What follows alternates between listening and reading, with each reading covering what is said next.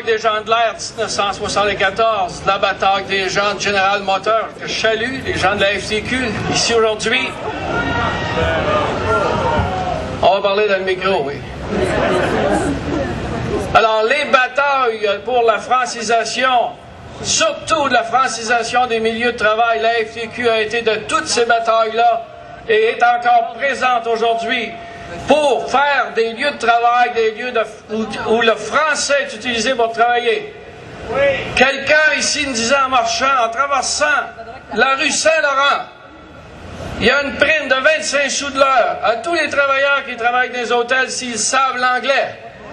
C'est vous dire que la bataille est loin d'être gagnée. C'est vous dire qu'avec le nombre de gens par immigration qui rentrent au Québec à chaque année, on a de plus en plus besoin de cette fameuse loi 101. C'est vrai que la loi 101 a été amendée, diminuée. C'est vrai aussi que les travailleurs, le nombre de travailleurs de l'Office de langue française a été coupé de moitié. Il reste quand même que dans les milieux de travail, on réussit à la FTQ à atteindre des niveaux de francisation qu'on n'aurait jamais été pensé capable d'atteindre dans les années 70. Fernand Daou est ici ce soir. On a réussi à traduire nos conventions collectives. Il reste encore qu'à chaque fois qu'on rencontre des patrons de l'extérieur du Québec, il faut se battre pour obtenir des tables de négociation en français. Alors, je dis au gouvernement, c'est pas en réduisant le nombre de fonctionnaires de l'Office québécois de la langue française qu'on va y arriver. On demande aussi au gouvernement de faire en sorte que la loi 101 s'applique aux entreprises de 25 à 50 employés.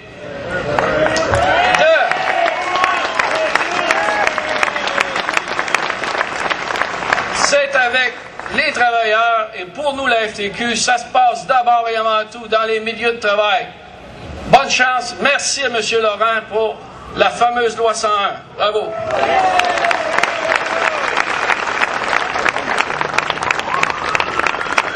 Alors, la CSN est très fière d'être ici aujourd'hui pour célébrer le 30e anniversaire de la Charte de la langue française. La loi 101, c'est un objet de fierté. C'est une expression forte de notre vouloir vivre collectif en français en cette terre d'Amérique. Et surtout, c'est un geste d'affirmation d'un peuple qui refuse la déchéance réservée aux peuples réduits à des conditions de minoritaires.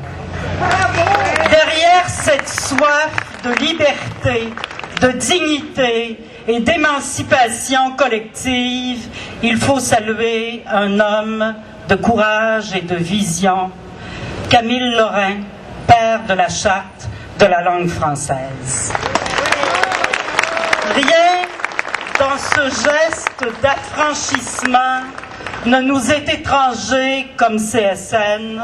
Nous avons toujours soutenu que la lutte pour le français est une lutte ouvrière en même temps qu'une lutte nationale. Oui, le statut social et économique des francophones s'est amélioré depuis les années 60, mais on demeure loin cependant encore d'un retournement complet de situation et le rattrapage bute à un plafond de verre depuis le début des années 80. Le français, langue de travail, en arrache. Le français, langue d'enseignement, a subi un revers méprisant cette semaine, puisque la Cour vient de décider que la grosseur du porte-monnaie permet d'acheter un permis de dispense qui sera transmissible de génération en génération. Alors, comme marchandage de nos valeurs et de nos aspirations collectives, on a rarement vu mieux. Oui, il faut défendre bec et ongle la loi 101 comme un rempart de notre vouloir vivre en français, en société, mais les remparts ne suffisent pas. Une fois de plus, ils auront été battus en brèche par une loi canadienne et notre destinée collective est digne d'autre chose que des digues de sable, il faudra, je pense, un jour se résoudre à se donner tout l'oxygène d'un pays moderne, ouvert sur le monde, un pays pour tous les Québécois.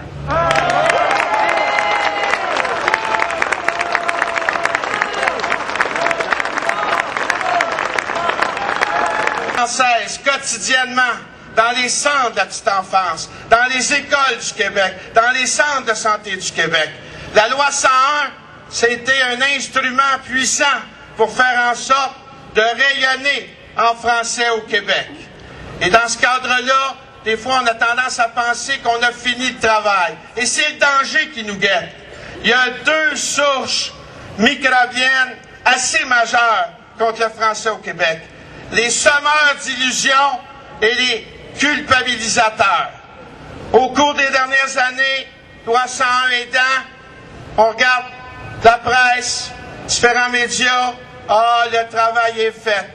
Commencez à s'endormir dessus, commencez à croire, à se bercer d'illusions que le français est pour toujours au Québec. Et pourtant, encore dernièrement, dans un collège, dans un cégep francophone du Québec, on songeait à inscrire des cours en anglais dans une institution francophone. Cela, fort probablement, peut crier des noms à Ottawa. Je vous encourage à le faire. On peut faire des grimaces au juge Hilton. Mais en même temps, comme Québécoises et Québécois francophones, faudrait peut-être arrêter de se sentir coupable, de se sentir à l'abri, puis de vouloir, on fera pas de train, la langue, c'est un dossier qui divise, on va arrêter d'en parler. On a fait ça pendant une dizaine d'années. On a vu la loi 101 se transformer, comme M. Hall le disait, en autoroute, se faire charcuter, et graduellement, c'est comme citoyennes, citoyens qu'on se laisse gruger et ronger le français au Québec. Aujourd'hui, vous êtes là. Demain, il faudra être des centaines de milliers et le dire à nos politiciennes, à nos politiciens que nous devons mettre le français à l'avant-plan, qu'on n'a pas à être gênés de mettre ce français, de faire en sorte que nos institutions reflètent le caractère identitaire du Québec. Et j'ose croire que la manifestation d'aujourd'hui, que la célébration 30 ans après la loi 101, comme le disait Jean Dorion, ça va constituer un puissant vaccin pour qu'à jamais nous cessions, je veux dire, de plier l'échine et faire en sorte que le français se parlera partout au Québec. Nous aurons accès, que ce soit en santé, en éducation, et fiers de cette identité qui nous caractérise en Amérique du Nord. Solidarité!